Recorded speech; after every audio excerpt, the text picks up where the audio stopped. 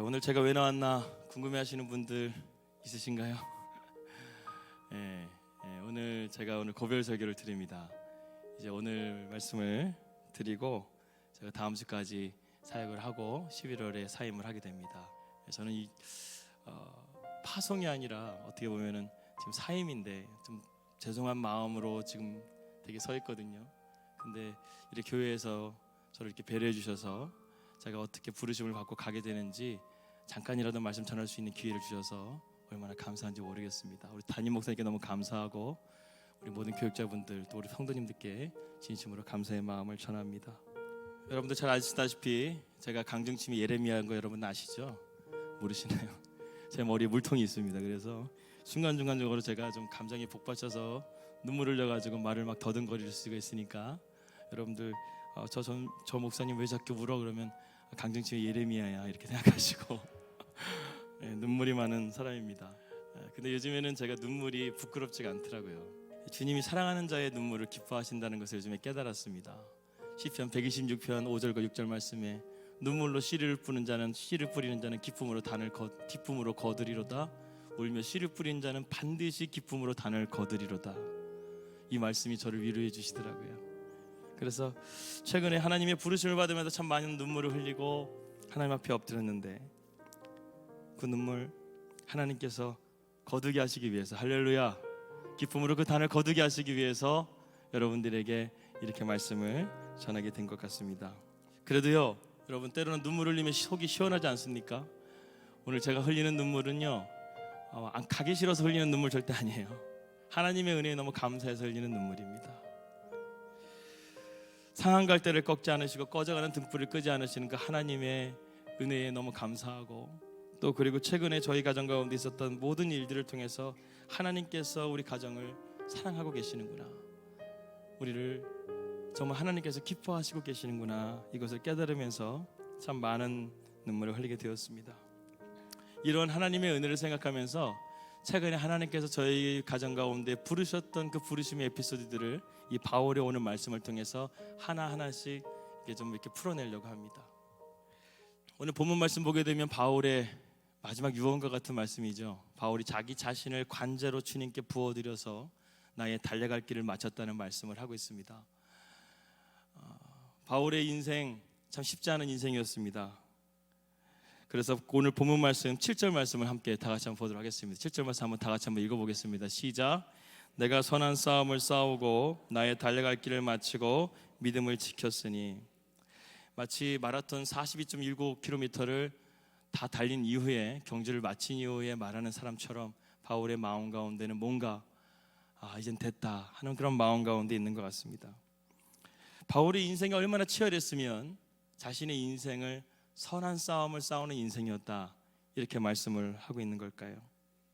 고린도후서 11장 23절에서 27절 말씀 보게 되면 바울이 그의 인생 가운데 하나님을 만나고 그 부르심을 받은 이후에 주님 때문에 당한 그 고난을 이렇게 설명합니다. 옥에 갇히고 수없이 매맞고 죽음의 위협과 돌로도 맞고 배가 파손해서 죽을 뻔하고 강의 위험과 강도의 위험, 이방인의 위험과 또 거짓 형제의 위험, 줄이고 목마르고 굶고 헐벗고 이런 가운데서 바울이 자신이 이렇게 살았다고 얘기하는 겁니다.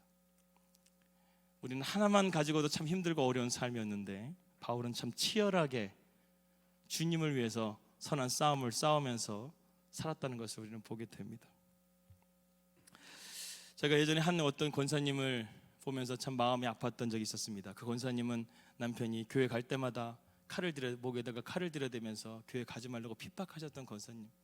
그래서 일부 예배 드리고 나서 봉사하신 성가대 하고 나서 목사님 저 이제 갈게요. 저 위해서 기도해 주세요. 남편이 위해서 기도해 주세요. 그렇게 말했던 한 권사님은 저는 기억합니다. 복음에 합당하게 살아가는 사람에게는 고난이 있고 또 핍박이 있다는 것을 오늘 바울은 우리에게 보여주는 것 같습니다. 어떤 목사님은 개척한 지 3개월 만에 사모님이 쓰러지셨는데 바로 내사 상태가 되셔서 사진 한번 보여주시면 식물인간이 되어서 14년째 아내와 새 아이를 돌보는 엄마와 아빠가 되셔서 훌륭하게 또 목회하시는 목사님이 계십니다. 이 권사님과 또 이 목사님, 이러한 시련과 어려움을 자기 힘으로 이겨낼 수 있었을까요? 바울은 자신의 삶 가운데 이루어졌던 이런 고난을 자신의 힘으로 이겨낼 수 있었을까요? 전 절대 그렇지 않다고 생각합니다. 바로 주님 안에 있었기 때문에 가능하다고 저는 믿습니다. 바울이 주 안에 있었기 때문에, 이 목사님도 주 안에 있었기 때문에 이 모든 것들을 주님이 주시는 힘으로 이겨낼 수 있었던 것입니다. 오늘 본문 말씀 5절 말씀을 함께 다시 한번 본문 말씀 5절을 함께 보도록 하겠습니다. 5절 말씀 함께 읽겠습니다. 시작. 관자와 같이 벌써 내가 부음이 되고 나의 떠날 기억이 가까웠도다. 여기서 관제라는 단어 헬라어 스펜도마이는 재물 위에 포도주를 부어 하나님과 나와의 관계를 확증하는 의미를 가지고 있습니다. 바울이 이제 자신의 마지막은 생명인데 그 생명까지 모든 것을 쏟아부어서 하나님을 내가 사랑하고 있습니다. 저도 바울처럼 이런 마지막이 관제와 같이 주님 앞에 다 쏟아부어서 주님께 내가 다 드리고 주님 나라에 갈 수 있는 그러한 주님의 종이 되기를 저도 소망하고 있습니다. 한번 바울의 일생을 한번 살펴보도록 하겠습니다. 바울은 어떻게 이러한 관제와 같은 인생을 살았는가? 우리가 잘 알다시피 바울은 다소에서 태어나서 그곳에서 예루살렘으로 가서 가말리엘의 문화가 되어가지고 바리새인의 수업을 차근차근 받습니다. 그에게는 욕망이라는 또 성공이라는 야망의 눈이 있었어요. 그래서 그는 그리스도인들을 잡아다가 그를 죽이고 그런 가운데서 자신의 성공을 위해서 물불을 가리지 않았던 사람이었습니다. 근데 9장에서 바울은 다메섹으로 이제 그리스도인들을 잡으러 가는 가운데서 주님께서 태양보다 밝은 그 빛 가운데 그를 만나십니다. 여기서 정오의 빛과 주님께서 그 태양보다 더 밝은 빛이라는 이 말씀의 구절을 한번 생각해 보십시오. 이 정오의 빛은 바울이 인생 가운데 성공의 최고치를 달리고 있었던 그 빛과 같은 거예요. 그런데 하나님은 그 빛 위에 계셔서 태양보다 그 밝은 빛을 통해서 바울에게 말씀하시는 거예요. 바울이 그러자 눈을 잃어버렸어요. 그의 동료들이 그를 데리고 직거라는 곳으로 데려갔어요. 그리고 그곳에서 바울이 기도하기 시작합니다. 그 기도가 얼마나 간절했으면 하나님께서 아나니아를 찾아가셔서 지금 바울이 기도하고 있다고 말할 정도였어요. 저는 그때 바울의 기도가 얼마나 간절했을까, 얼마나 후회했을까. 자기를 통해서 스데반이 죽고 수많은 그리스도인들이 죽었는데 그것이 바로 주님을 핍박하는 거였다는 것 때문에 얼마나 회개의 기도를 드렸겠어요. 먹지도 않았어요. 이러다간 바울이 죽을 것 같아서 주님께서는 아나니아를 불러가지고 그를 데려다가 기도하게 하신 거예요. 그러니까 비닐이 벗겨집니다. 그러다 보니까 바울의 눈이 열려지기 시작하는 거예요. 그 전에는 세상의 한쪽 눈으로 세상의 성공과 욕망의 성공의 그것만 바라봤던 인생의 눈이었다고 한다면 하나님께서 비닐을 벗겨주시니까 주님이 보이기 시작한 거예요. 그때부터 바울은 부르심의 길을 걸어갑니다. 저는 저 사진을 좋아합니다. 바울을 부르셨을 때 저 강렬한 불빛 가운데서 바울이 주님 앞에 엎드렸을 때를. 제가 첫 번째 에피소드를 하나 말씀드리면, 저희가 하나님께서 저희를 이제 뉴질랜드로 부르시는 가운데 첫 번째 하나님께서 어떤 부르심의 사인이 있었는가? 그것은 첫 번째 뭐였냐면 하나님께서 부르심의 자리 가운데 기도시키시는 자리로 인도해 주셨을 때였습니다. 2019년 7월 27일이었습니다. 여름 산상성회가 여름 산상성회 시작하기 이틀 전에 토요일 날 제가 새벽 설교를 하게 되었습니다. 새벽 4시 반에 일어나가지고 교회를 가려고 했더니 아내가 먼저 차에 내려가겠다고 내려갔는데, 내려갔다 올라오더니만 저한테 하는 말이, 여보 차가 없어졌어. 그래서 제가 순간적으로 생각했습니다. 내가 교회에다가 주차장에 차를 놓고, 워낙 건망증이 심하니까 차를 놓고 갔나? 그렇게 생각을 하고 했는데, 아무리 생각해도 그 전날 철회 마치고 아내랑 같이 차를 타고 온 게 기억이 나는 거예요. 그래서 내려가 봤더니 저희 집 앞에 있는 지정 주차장에 있는 차가 없어졌습니다. 차를 도둑 맞았구나. 그런 가운데 새벽 예배 설교 시간이 얼마 남지 않았어요.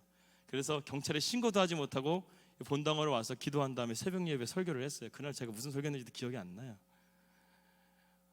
예배 설교가 끝나고 나서 신고를 하는데 이게 뭔가 되게 멍하더라고요. 그리고 나서 다음날 주일 예배 드리고 바로 산상성에 있으니까 제가 홍보를 담당하다 보니까 너무 정신없이 바쁘잖아요.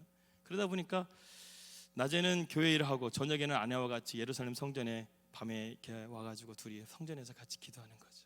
그런 가운데서 산상성회가 잘 마치고 난 이후에 2019년 8월 8일 정확하게 그 차를 잃어버린 지 13일 후에 경찰서에서 연락이 왔습니다.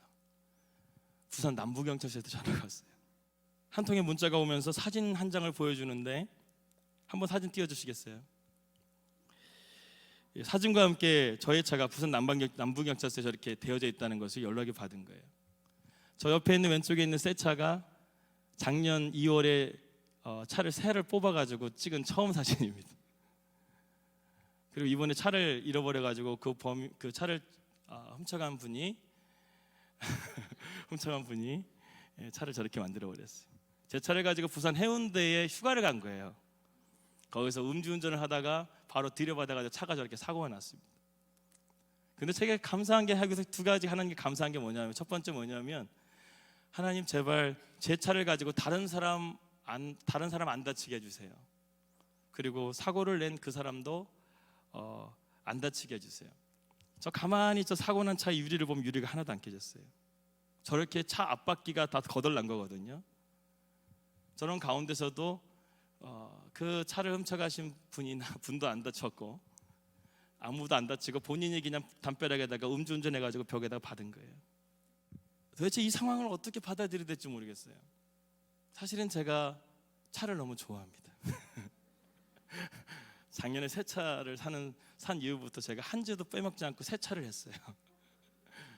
제 유일한 취미는 저 팔당에 있는 제가 좋아하는 세차장이 있어요. 그곳에 가서 월요일 날 세차를 싹 하고 팔당을 지나서 올림픽대교 타고 집에 올 때 그때 제 리프레시가 되는 거예요. 스트레스가 풀리는 거예요. 그만큼 차를 좋아했는데 저 차가 저렇게 되고 나니까 되게 마음이 좀 멍하더라고요. 참 여러 가지 상황들이 차가 없으니까 되게 손발이 묶이는 경우가 참 많잖아요. 그러니까 좀 여러 가지 막 힘든 상황들이 계속 벌어지는 거예요. 그러다가 아내가 어느 날 갑자기 저한테 되게 힘들어하는 걸 알고 저한테 문자 하나를 보내는데, 그 문자가 뭐냐면 워룸이라는 영화 유튜브를 저한테 보내준 거예요. 그 영화를 보니까 저의 상황과 너무나 같은 상황인데 그 문제를 풀어가는 방법이 틀린 거예요. 그분은 그 문제를 가지고 집안에 골방을 하나 만들어가지고 하나님 앞에 기도로 씨름하고 있는데, 나는 지금 이 상황에서 하나님 앞에 엎드리지도 못하고 기도하지도 못하고 있는 내 모습을 보게 된 거예요. 그래서 그 영화를 본 이후에 문방구로 가가지고요, 이런 스티로폼으로 된 판을 여러 개 사가지고 저희 거실 벽에다가 붙인 다음에 포스트를 이만큼 사가지고 그때부터 기도 제목들을 하나하나씩 써가면서 하나님 앞에 기도하기 시작했어요. 사진 한번 보여주세요. 저희 집에도 저렇게 워룸을 하나 만들었어요.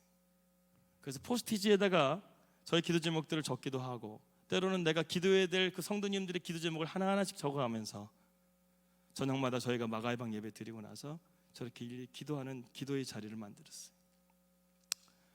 하나님께서 저희를 부르시기를 시작하시고 작정하시니까요, 하나님께서 저희에게 주신 게 뭐냐면 차를 가져가셨지만 저희에게 기도의 워룸을 주신 거예요. 하나님 앞에 기도하게끔 하시는 거예요. 그러니까 그 부르심의 시작이 그 워룸에서 시작이 된 것이었습니다. 가만히 기도하다 보니까요, 하나님께서 제가 잊어버렸던, 제가 원래는 이민 목회에 가서 이제 개척을 해가지고 이제 목회를 하려고 했던 그런 비전이 있었는데, 그 목회에 대한 꿈을 다시금 끄집어내시더라는 거예요. 기도하는 가운데서. 근데 그 부르심의 자리는 좀 광야였습니다. 하나님께서 계속해서 기도하는 가운데서 새벽 예배는 예전에는 차가 있어서 너무 편했잖아요. 근데 매일 걸어가야 되지, 모든 대중교통수단을 다 이용해야 되고 걸어 다녀야 되니까, 죄송합니다, 저는 차가 있었기 때문에 갑자기 없어지니까 이런 불편함을 느꼈어요. 지금은 뭐 전혀 괜찮아요. 다리도 튼튼해졌고 다 너무 좋습니다. 근데 그런 상황들을 받아들이기가 더 힘들었던 거였어요. 기도하면서 하나하나씩 받아들이는데 하나님께서 히브리서 11장 5절 말씀을 저한테 좀 깨닫게 해주시는 것입니다. 5절 말씀 다 같이 한번 읽도록 하겠습니다. 시작. 믿음으로 에녹은 죽음을 보지 않고 옮겼으니 하나님이 저를 옮기심으로 다시 보이지 아니하니라. 저는 옮겨오기 전에 하나님을 기쁘시게 하는 자라 하는 증거를 받았느니라. 여러분, 여기에서 중요한 동사가 3번 반복됩니다.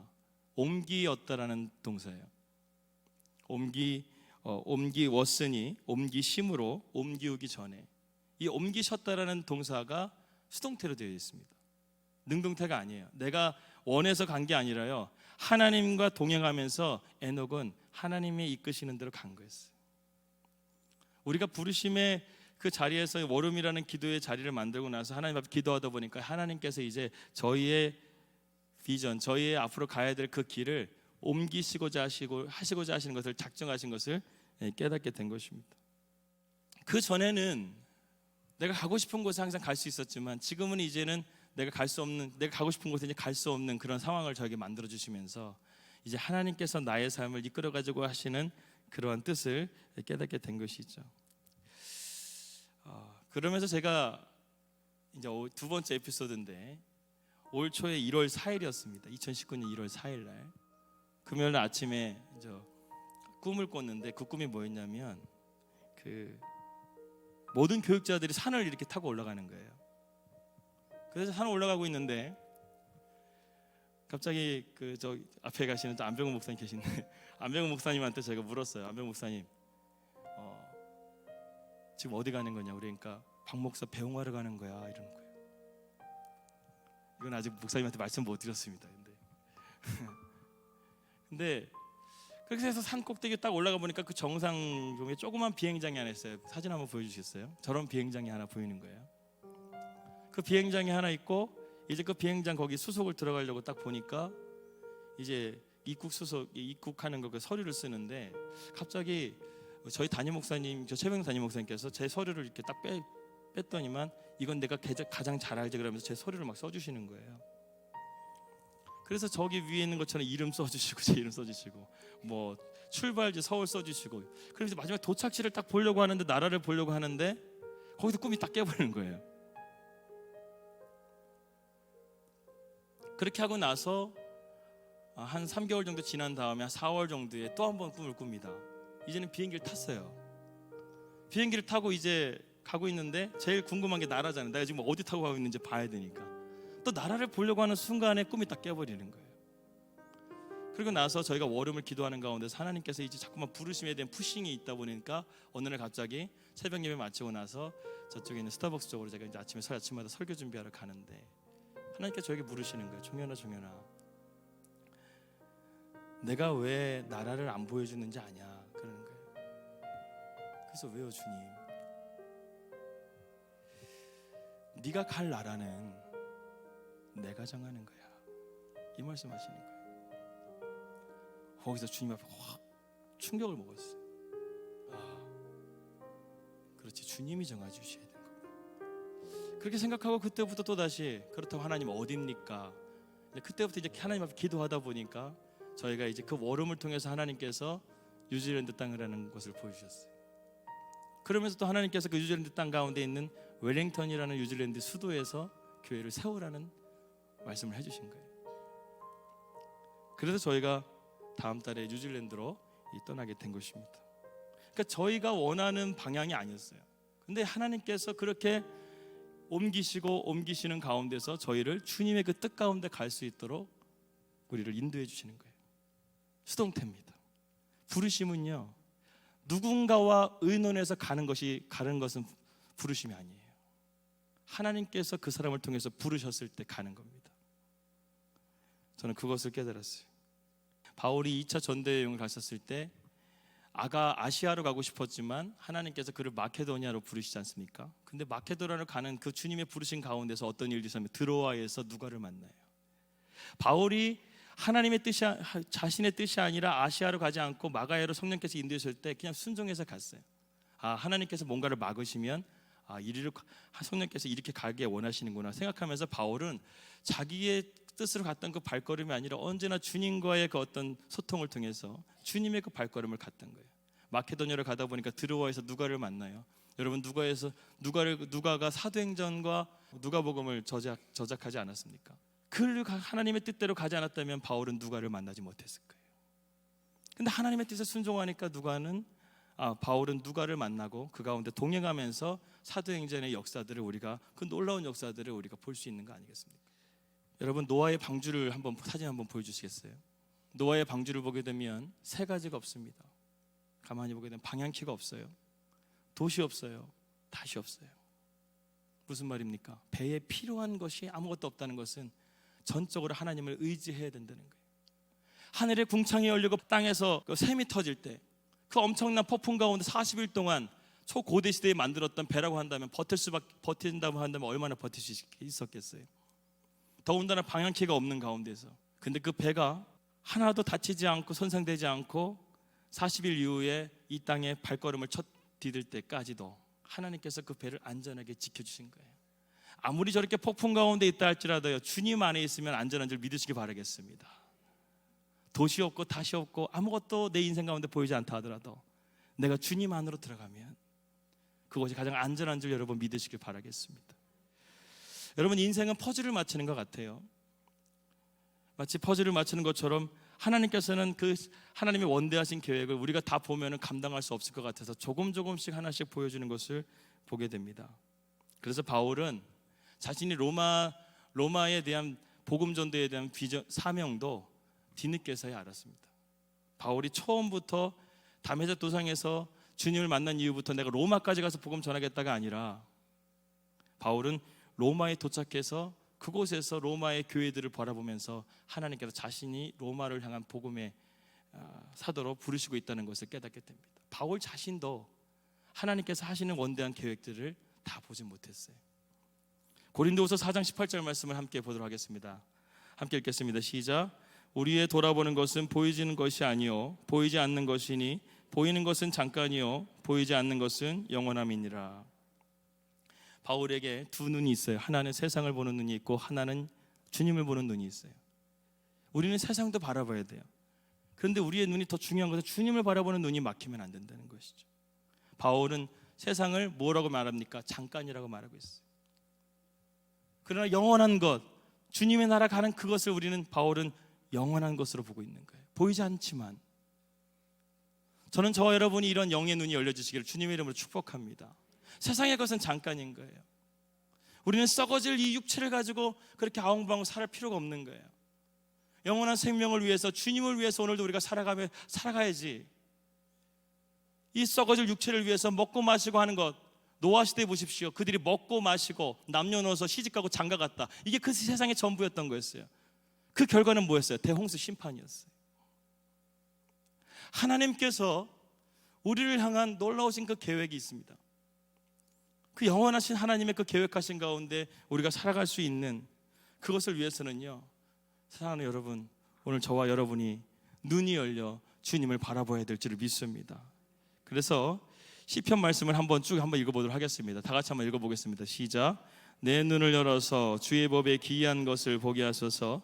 내 눈을 돌이켜 헛하는 것을 보지 말게 하시고 주의 도에 나를 소성케 하소서. 여호와 내 하나님이여 나를 생각하사 응답하시고 나의 눈을 밝히소서. 들었건대 내가 사망의 잠을 잘까 하오며. 아멘. 여러분의 눈이 열려 우리의 삶을 주관하시는 하나님의 그 놀라우신 계획들을 바라보시는 저와 여러분들 되시기를 주님의 이름으로 축원합니다. 바울이 그의 삶 마지막에 자신의 삶을 관죄로 부어드렸다. 이 관죄로 부어드릴 수 있는 가장 큰 근원은 무엇이냐면 하나님의 아가페 프로텐이에요. 하나님의 처음 사랑이었어요. 다메섹 도상에서 죽을 수밖에 없는 그 바울을 살려주신 그 하나님, 바울은 죽을 때까지 그 은혜를 잊지 않았던 것 같아요. 제가 마지막으로 저희 가족에 대한 저의 출생의 비밀을 한번 말씀드리면서 그렇다고 해서 제가 입양된 아들은 아닙니다. 그런데 출생의 비밀을 제가 최근 이번 주 수요일에 알게 됐어요. 근데 부끄러운 얘기지만 하나님 저희 가정 가운데 주신 하나님의 은혜예요. 그렇기 때문에 저는 하나님을 절대 놓칠 수가 없는 그런 상황이라는 것을 말씀드리면서 제가 말씀을 드립니다. 제가 이번 주에 작은 어머니 댁을 가게 됐었는데 그 작은 어머니가 이제 만나가지고 제가 이번 뉴질랜드 간다고 하니까 갑자기 얘기를 해주시는 거예요. 박 목사 이제 알 때가 됐네 그러시는 거예요. 그래가지고 무슨 얘긴가 해가지고 궁금해가지고 했는데 작은 어머니가 저희 그 출생의 그 풀스토리를 알려주시는 거예요. 그러니까 제가 예전에도 아버지한테 어머니한테 물어보면요, 저희 가정이 예수님을 어떻게 믿었나 얘기하면요, 저희 아버지 어머님이 항상 좀 멈칫하시더지만 너 때문에 예수 믿었어. 그리고 뭐 지나가다 교회 권사님이 목사님한테 기도받아가지고 너 예수 믿게 기도받아서 아버지가 그때부터 예수님 믿게 됐어. 이 정도까지만 이렇게 부분적으로 퍼즐로 알려주신 거예요. 그 작은 어머니가 그것을 모든 것 퍼즐을 다 맞춰주시는 거예요. 알고 보니까 저희 친할머니가 신내림을 받으신 분이었어요.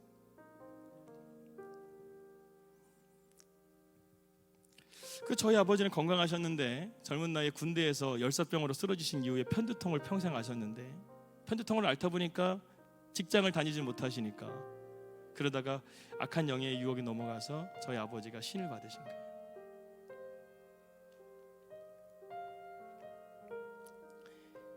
그래서 더 센 신을 받겠다고 계룡산까지 가셔가지고 신을 받아오셨다는 거예요. 그래서 저희 그 경기도 안성시 원군면 성은리 거기에서 저희 아버지가 점치는 일을 하셨다는 거예요.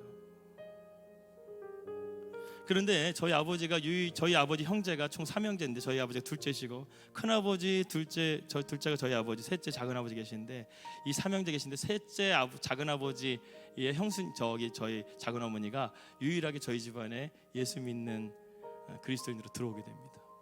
작은어머니가 되게 기도를 많이 하시는 분이셨어요.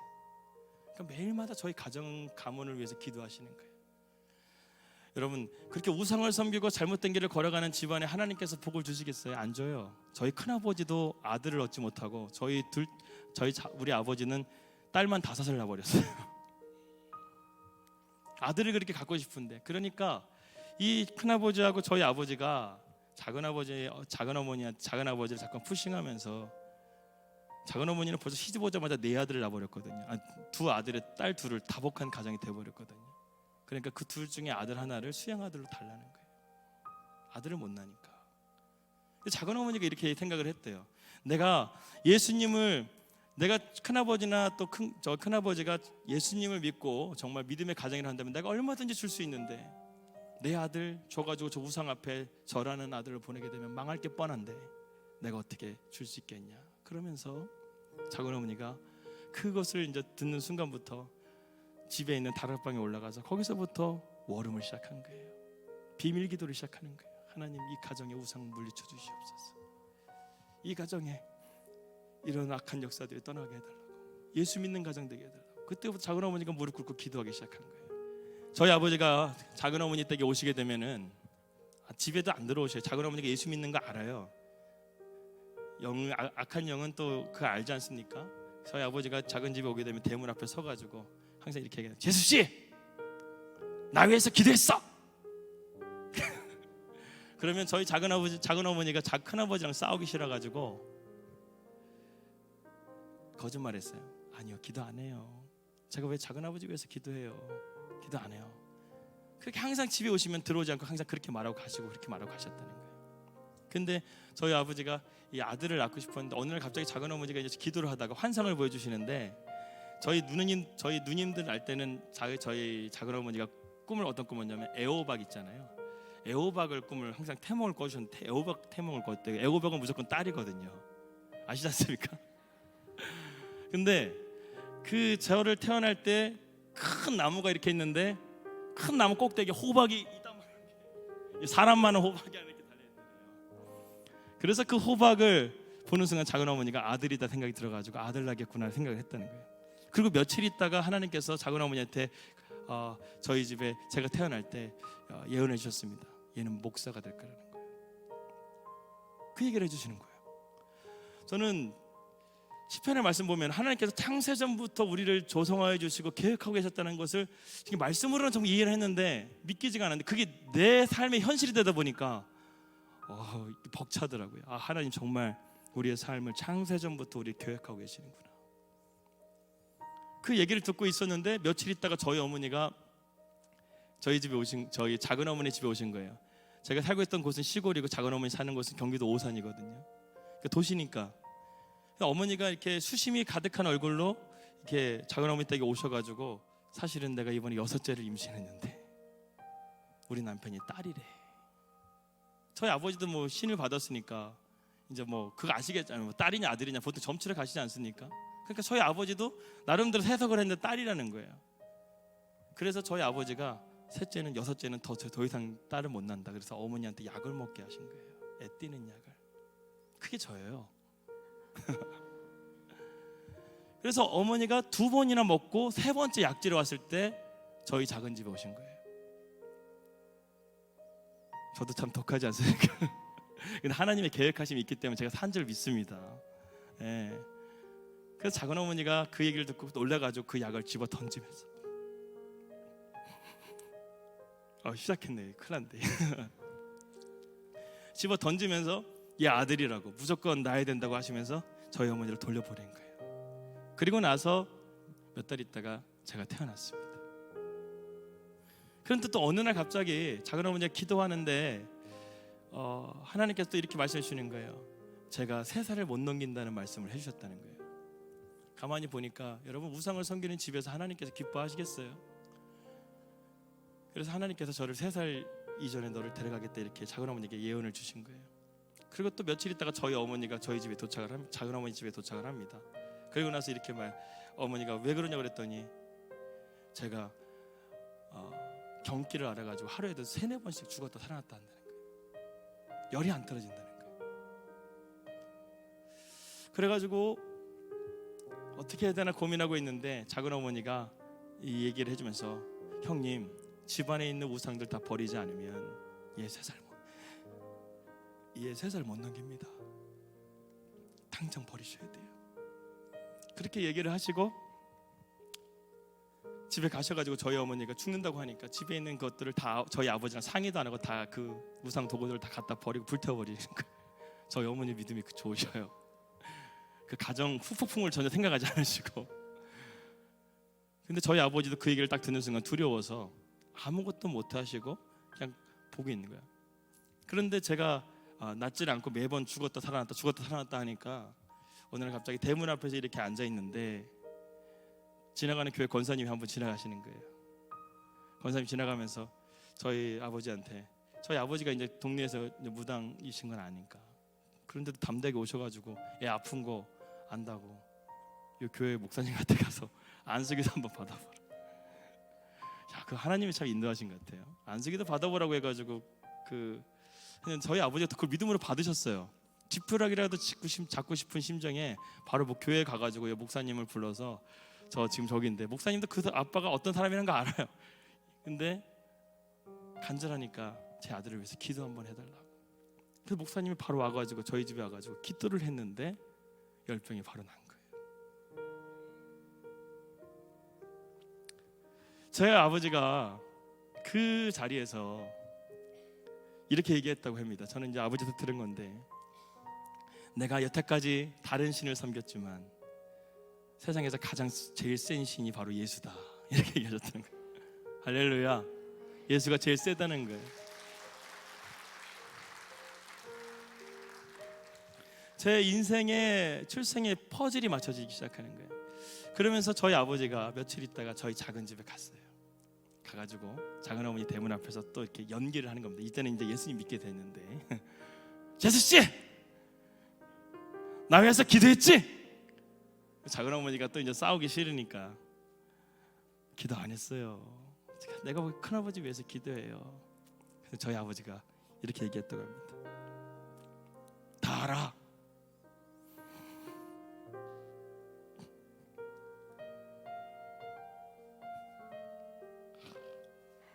이 물통이 터지기 시작했어요. 나 위해서 기도한 거 다 알아. 고마워. 이렇게 얘기하신 거예요. 그러면서 저희 아버지가 와이셔츠를 갑자기 풀어헤치시더니만, 단추를 풀어헤치시더니만 여기다가 글씨를 썼는데, 뭐라고 글씨를 썼냐면, 나는 오직 예수만 믿겠습니다 라고 썼던 거예요. 그거를 한쪽만 쓴 것이 아니라 작은 어머니한테 보여주시는 거예요.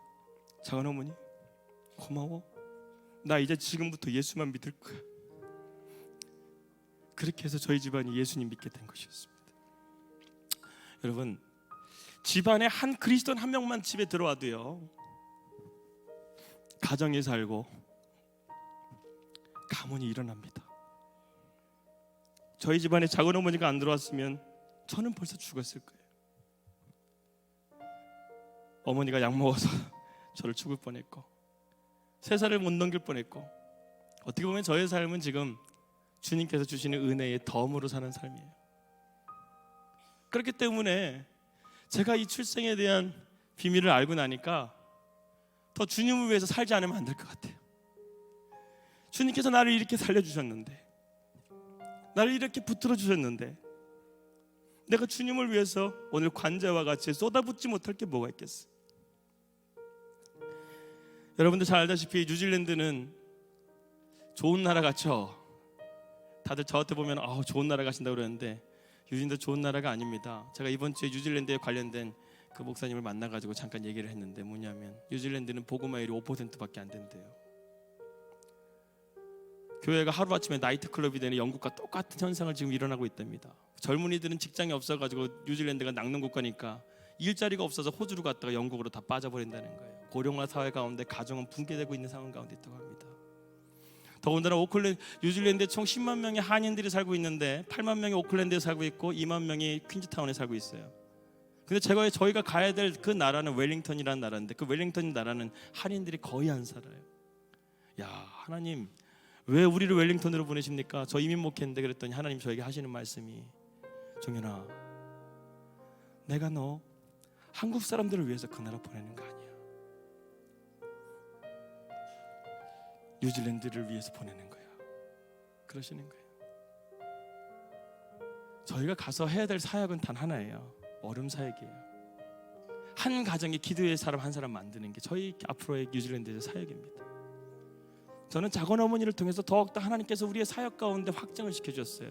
뉴질랜드 가서 너 건물 세우는 거 그런 교회도 물론 중요하지만 한 가정을 살리는 목회자, 그곳에 기도의 용사 한 사람만 세운다고 한다면 가문이 살고 가족이 사는 그러한 목회를 하나님께서 펼쳐가라고 저희들에게 그 웰링턴이란 지역 참 두렵고 떨리지만 하나님께서 보여주셨습니다. 사진 한번 보여주시겠어요? 제가 만들었습니다. 뉴질랜드의 십자가를 꽂기 위해서 갑니다. 하나님께서 저희 가정을 통해서 바울의 이 축복의, 바울의 이 고난의 그 길 가운데서도 하나님께서 바울은 늘 기쁨으로 그 주 안에서 그 모든 것들을 감당했던 것처럼 저희는 뉴질랜드에 가서 하나님께서 보여주시는 그 놀라운 일들을 한번 헤쳐나가고 싶습니다. 사실은 저희가 뉴질랜드 가는 거 비행기 티켓 한 장밖에 처음엔 없었어요. 이 티켓 가지고 도대체 어떻게 하나. 근데 어느 날 갑자기 이런 용기가 생기더라고요. 솔직히 오늘 제가 여러분들에게 제가 앞으로 사역을 어떻게 하겠다 이런 거 했다 이렇게 말씀드리는 부끄러운 게 뭐냐면 솔직히 티켓 한 장 가지고 지금 뉴질랜드 떠나는 거예요. 하나님 부르심 하나 믿고 떠나는 거예요. 웰링턴이라는 지역 가서 개척하라는 비전 하나 붙들고 떠나는 거예요. 그곳에 십자가 꽂으라는 것 때문에 떠나는 거예요. 근데 제가 오늘 여러분들에게 아무것도 보여드릴 수는 없지만 이 비행기 티켓 한 장 들고 가서 하나님께서 이것을 통해서 어떻게 역사하시는가를 훗날 제가 언젠가는 한번 여기 와서 말씀을 전할 수 있는 기회가 있다고 한다면 저는 그것을 보따리 여러분들에게 말씀드리고 싶습니다. 하나님께서 하시는 일은 어떤 환경과 조건이 다 맞아서 가는 것이 아니라 주님 바라보고 주님께서 옮기시는 대로 이끄시는 대로 가기만 한다면 그것은 하나님이 그 다음부터는 하나님이 책임져 주십니다. 저는 참 이렇게 눈물 많고 여러분들 보시더라도 안타깝지 않습니까? 눈물 많은 사람 얼마나 많이 뉴질랜드 많이 울겠어요. 근데 뉴질랜드에 눈물이 필요한 것 같아요. 제가 가서 많이 울겠습니다. 많이 울고 많이 그들을 위해서 기도하고 그래서 한 가정 한 가정 기도의 사람 세워서 뉴질랜드에 정말 예수 믿는 사람들이 많이 생길 수 있도록 여러분들 제가 열심히 하도록 하겠습니다. 그리고 제가 앞으로 여러분들이 저를 위해서 기도해 주시기를 간절하게 바라면서 사진 한 장 띄워주시겠어요? 제가 아카이브 방송 유튜브를 좀 시작을 했습니다. 날마다 기막힌 정오라고 해가지고 제가 하루에 5분짜리 영상을 해가지고요 간단하게 말씀 전하면서 뉴질랜드에 있으면서 저희 기도 제목들 함께 나누면서 여러분들과 함께 계속해서 좀 이렇게 소통하려고 합니다. 시간 되시면 이렇게 한 번씩 보시고 또 이렇게 좋아요 힘내세요 이렇게 메시지 남겨주시면 저희가 그곳에 가서도 열심히 앞으로 사역하도록 하겠습니다. 기도하겠습니다. 자비로우신 아버지 하나님 참 감사합니다. 오늘 주님의 그 크신 은혜 가운데서 이 부족한 종 부르신 줄 믿습니다. 하나님 정말로 우상을 섬기고 주님께서 가장 가증히 여기시는 그런 가정 가운데 태어났지만 기도의 사람 한 사람을 통해서 가정을 일으키시고 가문을 일으키시고 주의 종 하나님 정말 이제는 하나님의 뜻 가운데서 뉴질랜드로 갈 수 있는 그 비전의 발걸음까지 인도해 주신 그 거룩하신 하나님의 크신 계획과 인도하심을 하나님 찬양합니다. 우리의 삶 가운데서도 하나님 함께해 주셔서 우리 모든 성도들의 삶 가운데서도 하나님 자신이 서 있는 곳이 땅끝이 되게 하시고 일상의 삶 가운데서 하나님의 그 부르심의 자리로서 믿음으로 순종하며 나아갈 수 있도록 하나님 인도하여 주시옵소서. 주님, 정말 8년이라는 시간 동안에 강남중앙 침례교회에서 주신 사랑에 감사합니다. 정말로 아버지, 아무것도 할 수 없는 부족한 종 이곳에 와서 많이 성장했고 많이 자라서 이제는 주님께서 쓰실 도구로서 보내십니다. 주님, 우리 강남중앙 침례교회를 더욱더 기억하여 주시고 더욱더 하나님 한국교회를 위해서 또 세계 열방의 복음화를 위해서 하나님께서 위대하게 사용하시는 교회가 될 수 있도록 인도하여 주시옵소서. 오늘 이 시간 모든 것을 주님께 감사드립니다. 모든 것이 하나님의 은혜였음을 고백합니다. 하나님, 오늘 제가 또 말씀 전하는 가운데서도 제가 혹시 저의 의의를 드러내는 모습이 있었다고 한다면 용서해 주시고 언제나 하나님의 영광만을 드러나는 주의 종으로 살게 하여 주시옵소서. 제 삶을 주님 앞에 관제로 드리기는 그날까지 주님 앞에 모든 것을 드릴 수 있는 주의 종 되게 하여 주시옵소서. 감사하며 살아계신 예수님의 이름으로 기도드렸습니다. 아멘.